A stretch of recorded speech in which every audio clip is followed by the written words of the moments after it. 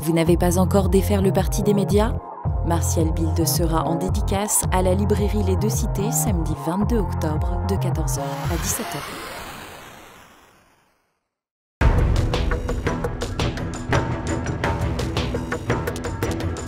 Bonjour à tous, bienvenue dans notre Zoom, aujourd'hui en compagnie de Sylvain Durin. Bonjour Sylvain. Bonjour Pierre et merci de ton invitation. Sylvain, vous êtes le cofondateur de la librairie Les Deux Cités à Nancy et des éditions du Verbe Haut. Vous êtes l'auteur de plusieurs ouvrages, Ce sang qui nous lie vers le matriarcat. Et donc, voici le dernier dont on va parler dans un instant, à la fin du sacré ou le retour du sacrifice humain, publié aux éditions de la Nouvelle Librairie dans la collection Academia Christiana. Alors, vous évoquez la fin du sacré, Sylvain Durin, mais de quel sacré parlez-vous? Puisque quand il était député, à l'époque, Jean-Luc Mélenchon avait dit « Ne me touchez pas, ma personne est sacrée ». Est-ce que c'est de ce sacré-là dont vous parlez? Alors j'ai envie de dire oui et non. De quel sacré je parle? Comme vous voyez sur la couverture, c'est la fin du sacré avec un S majuscule. En fait, j'essaie de montrer dans le livre que le sacré ne disparaît jamais. De quelque époque que ce soit, de quelque civilisation que ce soit, qu'elle soit en décadence ou pas. Il y a toujours du sacré. Quand vous rencontrez quelqu'un qui, on connaît tous ce type de personne, qui toutes les 10 secondes va sur son téléphone, il a un rapport sacré avec son objet, avec cet objet. Dans le sacré, il y a une part de réification. Et donc, ce que j'essaie d'expliquer dans le livre, c'est que le sacré traditionnel français, européen, c'est-à-dire le christianisme, est en chute libre, parce que pour plein de raisons dont on pourra reparler. Mais il y a d'autres sacrés, si vous voulez, il y a une sorte de grand remplacement sacrificiel, parce que les gens ont besoin de sacré. La civilisation, quand il y a un vide de sacré, d'autres sacrés vont se greffer dessus. Alors il y a on connaît tous les religions, il y a beaucoup d'islam, il y a beaucoup de bouddhisme, c'est moins la mode, mais à une époque, vous vous souvenez, il y a un courant New Age, etc. Donc il y a beaucoup de formes de sacré, et j'essaie d'expliquer dans le livre que moins on a notre sacré traditionnel, comme je l'ai dit, chrétien, et plus d'autres formes de sacré, ça peut être le paganisme aussi d'ailleurs, paganisme européen, va essayer de reprendre la place. Et on voit aujourd'hui d'ailleurs ce combat dans les médias. On voit que beaucoup de unes ouvrent sur l'islam par exemple. C'est énorme. Il faudrait compter le nombre de unes de journaux, même sur CNews ou des médias conservateurs, ça parle d'islam toute la journée. Alors même si c'est en mal, eh bien on met un sacré en avant, si vous voulez. Donc sacré avec un grand S, le nôtre, il est supérieur, j'en parlerai après, je pense, avec tes questions, Pierre. Et d'autres sacrés qui sont, entre guillemets, inférieurs, et on montrera pourquoi, parce qu'ils ramènent de la violence et ils ramènent du sacrifice humain. C'est ça que j'ai voulu montrer. Moins il y a de sacré avec un S majuscule, plus il y aura de sacré inférieur avec le retour de la violence et du sacrifice humain. Alors, vous faites un rapprochement entre les notions, justement, de sacré et de sacrifice, mais c'est quoi le rapport, en fait? Eh bien, quand pour écrire ce livre, j'ai lu beaucoup de définitions du sacré. Qu'est-ce que le sacré pour Durkheim? Qu'est-ce que le sacré pour Mircea Eliade? Qu'est-ce que le sacré pour beaucoup d'auteurs? Et ils ont tous plus ou moins la même définition, avec laquelle je n'ai pas à être en désaccord. Ce sont des grands esprits, donc je les suis. Le sacré, c'est quelque chose qui nous sort de nous-mêmes. Le sacré, c'est quelque chose qui nous sépare à nous-mêmes et qui nous entraîne vers quelque chose de supérieur. Ça, c'est en théorie. Maintenant, ce qui m'a intéressé, c'est comment est-ce qu'on rend sacré? Qu'est-ce qui fait que cette pierre, par exemple, ce n'est plus une pierre? Il y a quelque chose qui va être séparé dans cette pierre, qui va sortir d'elle-même et qui va, pour celui qui croit en un Dieu, par exemple, qui est présent dans cette pierre, pourquoi est-ce que cette personne va pouvoir prier, va pouvoir se dire, mais cette pierre est plus qu'une simple pierre matérielle, il y a une pierre spirituelle. Donc je me suis intéressé à comment est-ce qu'on rend sacré? On rend sacré par le sacrifice, par la pratique du sacrifice. Alors quelles sont les différentes pratiques sacrificielles dans les différentes religions? Donc je montre ça dans le livre. Et on se rend compte que toutes les religions se basent sur la pratique du sacrifice. Sacrifice d'animaux, sacrifice même des offrandes de plantes, par exemple, il y a différents degrés. Alors, ça dépend de ce que vous voulez demander à votre Dieu, par exemple, ou à vos dieux dans le monde païen. Plus la demande était grande, plus la pureté et la rareté de l'objet ou de la chose ou de l'animal ou de l'être humain doit être important. Donc, par exemple, vous voulez gagner une guerre extrêmement importante, vous allez sacrifier, une jeune vierge, un bébé. Vous n'allez pas sacrifier la première plante qui vous tombe sous la main. Donc c'est ça le rapport, en fait. Ce qui est intéressant dans la question du sacré, c'est comment est-ce qu'on pratique le sacré. Moi, j'ai des amis païens autour de moi, je leur demande, mais quelle est votre pratique du sacré? Quel est votre sacrifice? Le chrétien, tous les dimanches matins à la messe, il revit réellement, s'il a la foi, réellement le sacrifice du Christ, le sacrifice divin. Quelle est, vous, votre pratique du sacré? Quelle est votre pratique du sacrifice? Et ce lien ne peut pas être séparé, si vous voulez. S'il n'y a pas de sacrifice, il n'y a pas de sacré. Donc il faut qu'on s'entende au moins sur les définitions. Et il y a des païens moi, qui me répondent, alors il y en a beaucoup qui se moquent, mais parce que malheureusement ils ne connaissent pas la... Ils sont taquins les païens. Voilà. Mais il y en a qui me disent, mais Sylvain, tu as tout à fait raison. Oui, c'est ça, c'est quoi le rôle du sacrificiel? C'est prouver sa foi? C'est la pratiquer, c'est la prouver, c'est la montrer, c'est la pratiquer. Et c'est aussi ce qui va rassembler la communauté. Quand on est à l'église le dimanche matin, on forme une société. La société, elle est là pourquoi? Pas uniquement pour se dire bonjour sur le parvis ou à la fin du parvis. Elle est là pour revivre l'événement fondateur du christianisme, qui est le sacrifice divin. Et ce sacrifice divin, c'est ce que je montre dans le livre en m'appuyant sur plusieurs auteurs, ça va empêcher le sacrifice sanglant, on va dire, pour faire simple, parce que Dieu s'est sacrifié pour l'humanité. Donc on va annihiler toutes les autres formes de sacrifice. On sait que ça ne sert plus à rien. Mais si vous ne croyez pas en ce sacrifice-là, quelle est votre pratique du sacrifice, du sacré? S'il n'y en a pas, eh bien, en fait, vous n'avez pas une foi, vous n'avez pas une croyance. Vous avez quelque chose qui peut être culturel, par exemple, ou de folklore, où on veut montrer qu'on a des gros bras, donc on est païen, où on veut montrer ceci ou cela. Mais quelle est la pratique de votre sacré? C'est ça la question. Au-delà, vous l'évoquez, le sacrifice qui se passe pendant la messe, ce n'est pas que symbolique. Qu'est-ce qui se passe réellement quand le prêtre consacre l'hostie? Alors, pour faire très simple, évidemment, ce n'est pas que symbolique. Si on tombe dans la symbolique, on arrive vers le protestantisme. C'est réel. Alors, pour ceux qui n'ont pas la foi, ça peut être difficilement compréhensible, et je l'accepte tout à fait. Mais un catholique, quand il est à la messe le dimanche matin, il revit comme s'il était au Golgotha au moment du sacrifice du Christ. Il le revit, et il va se régénérer avec ça, en réalité. Mais le fidèle va réellement prendre la chair du Christ en lui. Exactement, tout à fait. Et donc, c'est un sacrifice divin qui va régénérer l'humanité dans un sens positif, non sanglant. C'est-à-dire qu'on revit le sacrifice, mais de manière non sanglante. Donc c'est quelque chose, évidemment, de supérieur, parce que ça veut dire que la violence et le sacrifice sanglant n'ont aucun intérêt dans ce qu'on croyait avant, c'est-à-dire pour, comme j'ai dit, gagner une guerre, mais ça peut aussi être pour des choses plus prosaïques. Il y a moins de moissons, admettons, donc on va aller sacrifier des animaux sur les champs. Il y a des mouvements aujourd'hui qui font ça, j'ai plus le nom en tête, vous m'excuserez, mais ça existe encore aujourd'hui. Mais en revivant ce sacrifice divin tous les dimanches matins, on sait que ça n'a pas de sens. Vous voyez ? Donc la violence, potentiellement, peut disparaître. Et si aujourd'hui la violence remonte, alors si on regarde les chiffres de la violence, tout ne remonte pas à tous les niveaux. Mais ce qui est important de comprendre, c'est qu'elle remonte en intensité. Pas forcément... Oui, vous dites, moins il y aura de sacrifices divins, et là vous faites référence donc au sacrifice de la messe, plus il y aura de sacrifices humains. Mais des sacrifices humains, où est-ce que vous en voyez ? Alors il y en a énormément, moi j'en cite deux dans le livre qui sont les plus symboliques, on va dire. Le premier, c'est l'avortement. C'est quand vous avez cette grille de lecture-là, vous comprenez réellement que l'avortement est un sacrifice humain. Et si on prend par exemple que la France, c'est 10 millions. 10 millions d'enfants à naître qui ont été sacrifiés à l'intérieur du corps de leur propre mère. Depuis la loi, dans les années 70, avec Madame Veil. Tout à fait. Dans le monde, j'ai essayé de trouver les chiffres pour l'écriture du livre. C'est quasiment impossible à chiffrer parce qu'il y a des avortements légaux. Dans des pays, c'est illégal, mais ça se pratique quand même. Ça s'est toujours pratiqué. L'Argentine l'a eu il n'y a pas longtemps. Tout à fait.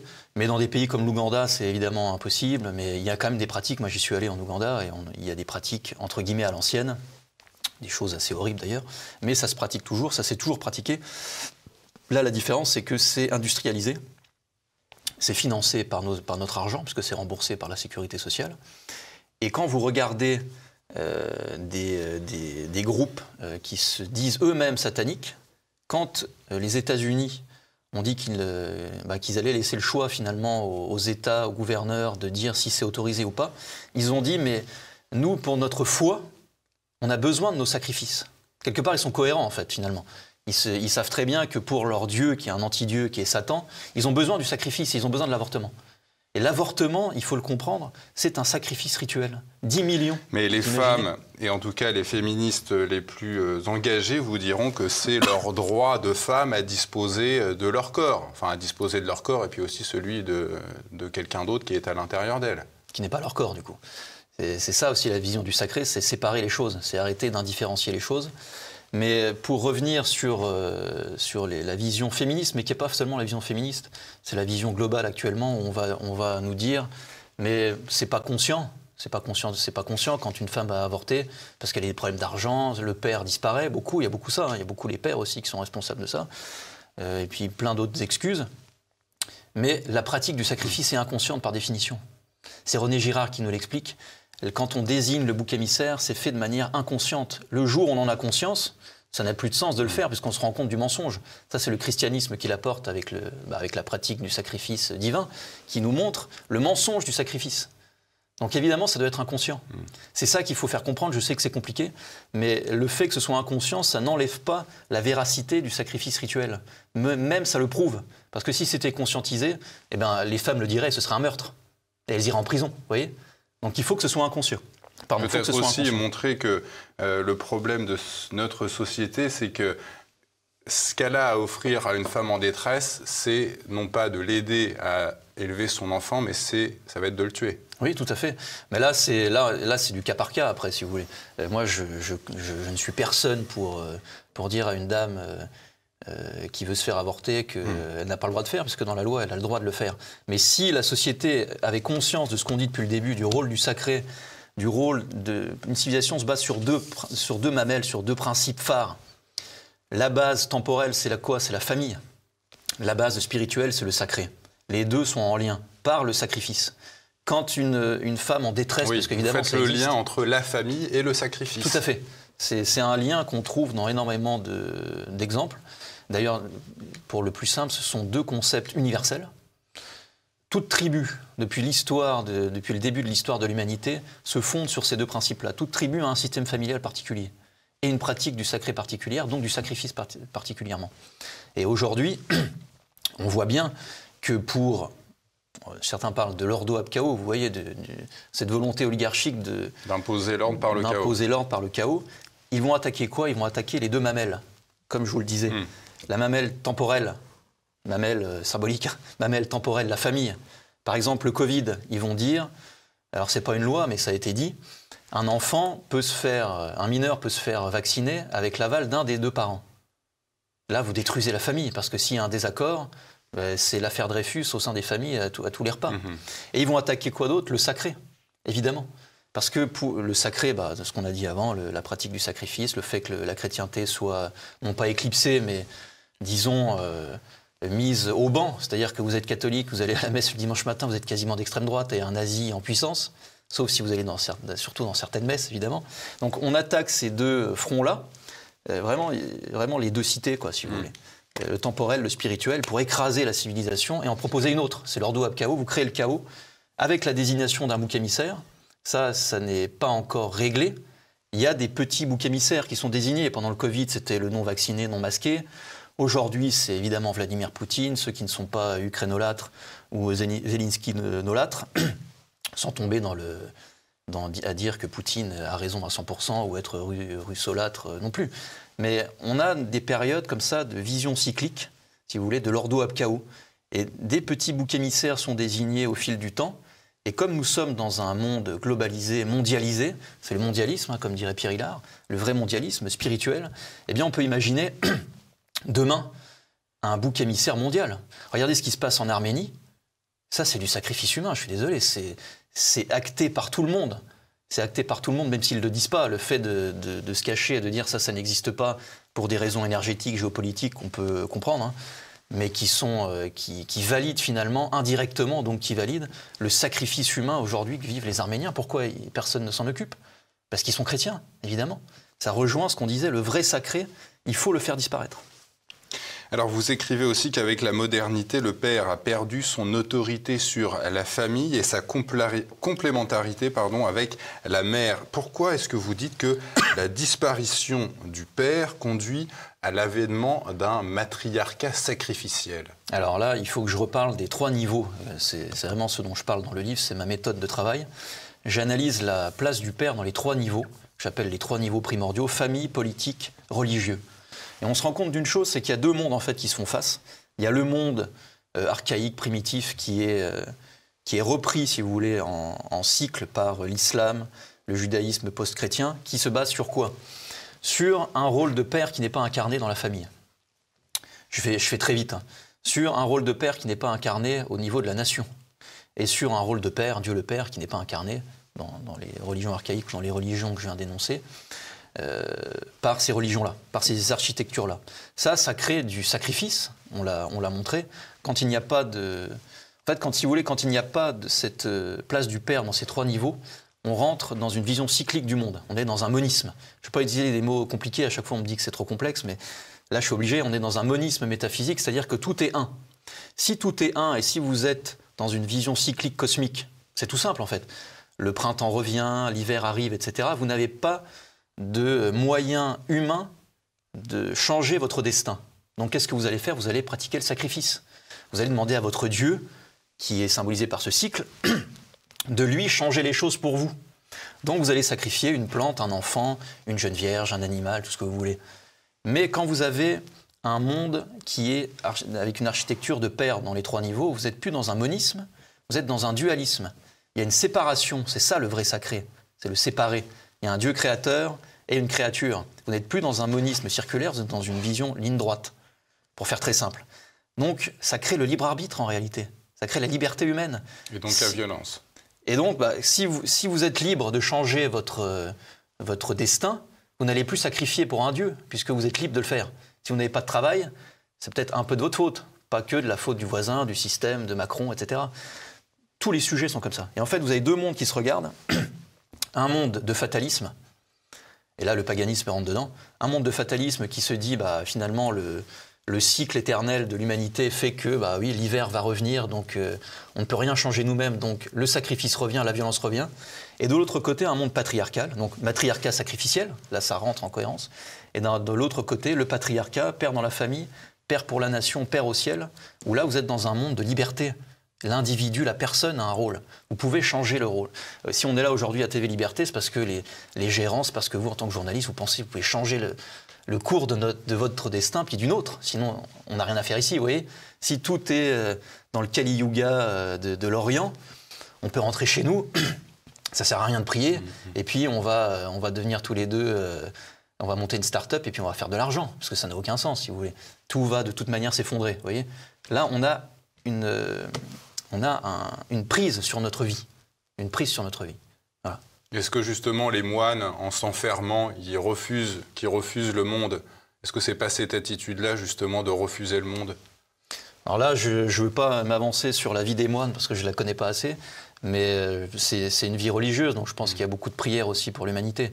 Mais là, je ne pourrais pas vous dire si ça rentre dans ce sujet ou pas. Vous évoquez un peu l'islam, Sylvain Durin. Vous dites que tant que la France luttera contre la progression de l'islam par son biais républicain, elle perdra. Mais oui. Alors expliquez-nous ça. Eh bien, c'est ce qu'on vient de dire. Si vous voulez, si en face d'une religion donc, qui propose du sacré, en plus avec du sacrifice humain dans l'islam, c'est le 2e exemple de sacrifice.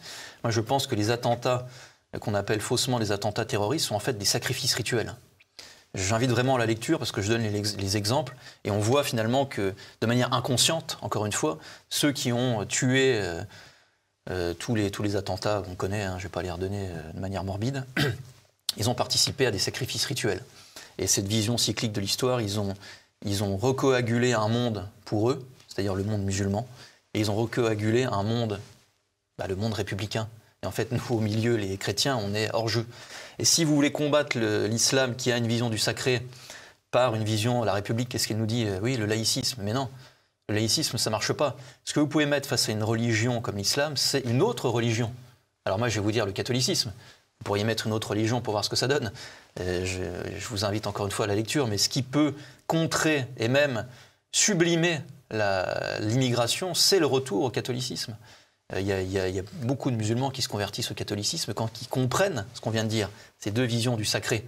Mais il y a même des musulmans qui ont du respect, certains, pour le catholicisme quand on leur parle de Jésus, puisqu'il est un prophète, il n'est pas un dieu, comme nous les catholiques, mais il est un prophète Issa dans le Coran. Tout à fait, alors c'est pas du tout la même vision, évidemment, mais évidemment, un croyant de n'importe quelle religion aura plus de respect pour un croyant d'une autre religion, ça c'est une évidence. Donc si vous voulez proposer une vision de civilisation à des jeunes immigrés, ou à des immigrés de 4e génération, comme on dit, qui ont la nationalité française, vous ne pouvez pas proposer la laïcité ou le républicanisme parce que c'est creux.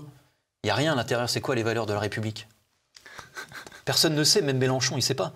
C'est creux, il n'y a rien. Tandis que si vous dites la France, elle se base, comme on l'a dit, sur l'architecture, père dans la famille, un certain type de père, père pour la nation, un certain type de père, et Dieu le Père, avec la Trinité, quand vous venez chez nous, c'est comme ça que ça marche en fait. Et donc, ça ne correspond pas avec votre religion à vous. Donc, soit vous vous adaptez, ce qui est quand même compliqué, soit vous ne venez pas. Mais si on vous dit, attention, la République, la laïcité, d'un côté, je vous fais venir, je vous finance, je ferme les yeux sur tout ce que vous faites d'anti-français, mais en même temps, n'allez pas trop loin tout de suite sur le voile ou autre, évidemment, ça ne peut pas marcher. Et puis, ils sont intelligents, enfin, il ne faut pas les prendre pour des enfants. Ils savent très bien que la République, c'est un allié objectif de l'islamisation. Aujourd'hui, quand on voit toutes les avancées dictatoriales, elles s'appuient sur l'islamisation de la France. Je prends par exemple le fait qu'il y ait des caméras partout aujourd'hui. Ça vient de quoi? Pourquoi les gens les veulent? Qui agresse dans la rue? Vous voyez? Oui, mais qui laisse agresser aussi? Ah voilà, c'est toujours pareil. Est-ce qu'il faut s'en prendre à cette immigration, ou alors est-ce qu'il faut s'en prendre aux gouvernants qui ne s'en prennent pas à la cause des problèmes?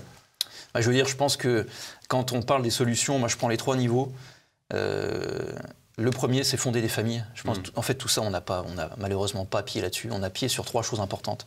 Fonder des familles. C'est ce que vous avez fait, vous? Exactement. Vous avez un petit garçon. Mon livre est dédié à mon fils qui s'appelle Jean.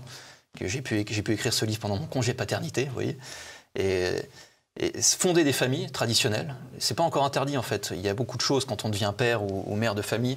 Il y a tout le mondialisme qui arrive sur vous. Donc le rôle du père, c'est de dire non, non, non à plein de choses. Enfin, les gens connaissent ça. Ceux qui nous regardent connaissent ça. Le deuxième niveau, c'est le politique. Politique nationale, ne nous leurrons pas, sans parler d'élections, du fait que les élections soient truquées, on n'a pas accès à notre destin national. Par contre, on a accès à notre destin local. Nous, à Nancy, on a fondé une radio, une maison d'édition, une librairie, il y a des écrivains qui sortent.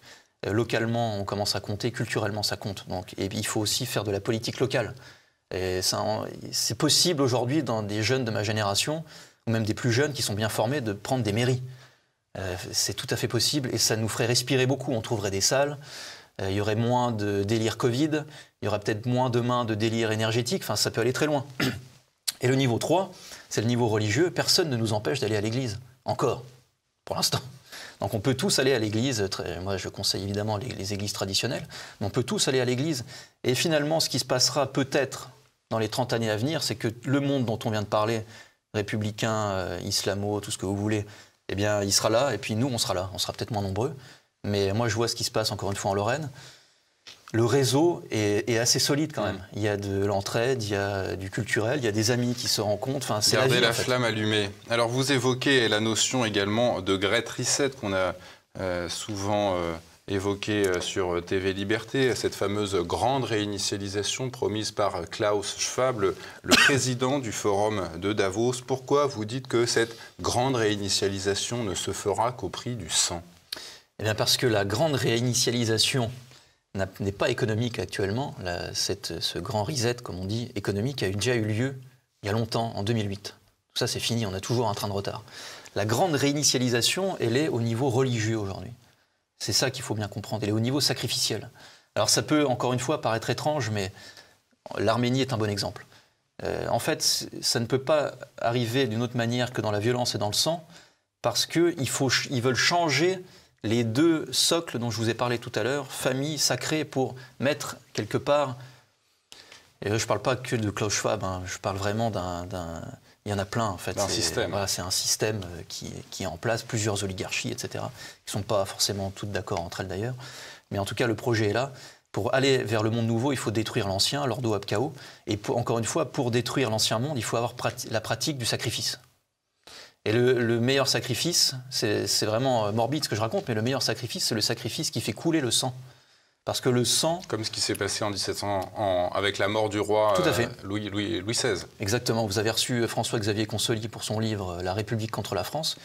Vous lisez son exposé, mais c'est horrible. Mais c'est la réalité. C'est-à-dire que pour changer notre paradigme français, les révolutionnaires ont fait quoi? Ils ont sacrifié de manière rituelle le roi. Je rappelle qu'après le sacrifice du roi, donc Louis XVI, quelqu'un a pris la tête du roi et a aspergé la foule de son sang. Un habitant de Brest. Exactement. Raconte Pierre Hélard. Exactement.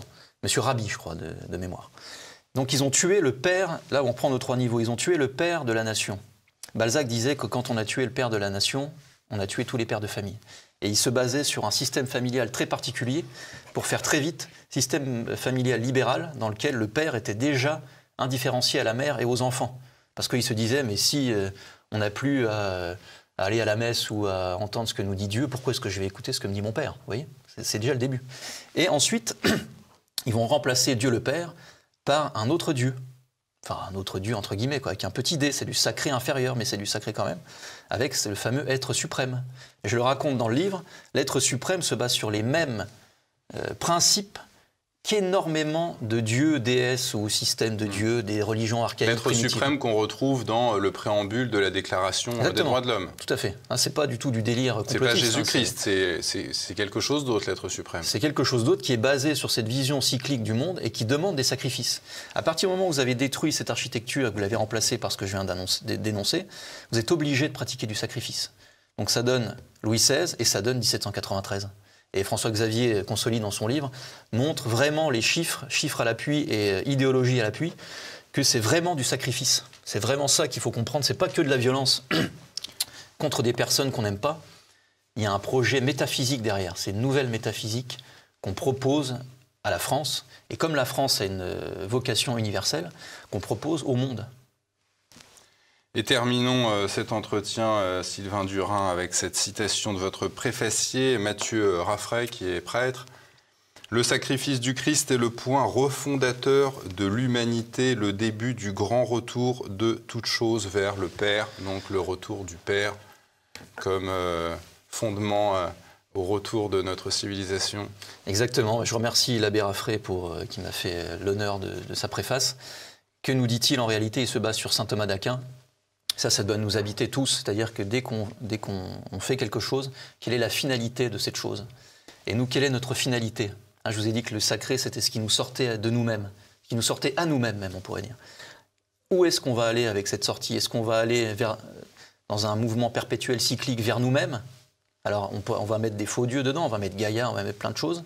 Donc, c'est le cycle sans fin, et ça donne de la violence et du sacrifice. Ou est-ce que la finalité de l'être humain, c'est pas de retourner à son créateur, le Père? Et là, on retombe dans une possibilité. Vraiment, je trouve ça très important, moi. Si on croit à ça, on peut fonder une civilisation sans violence. Ça devrait quand même plaire à tout le monde, ça. La fin du sacré ou le retour du sacrifice humain à retrouver sur la boutique officielle tvl.fr.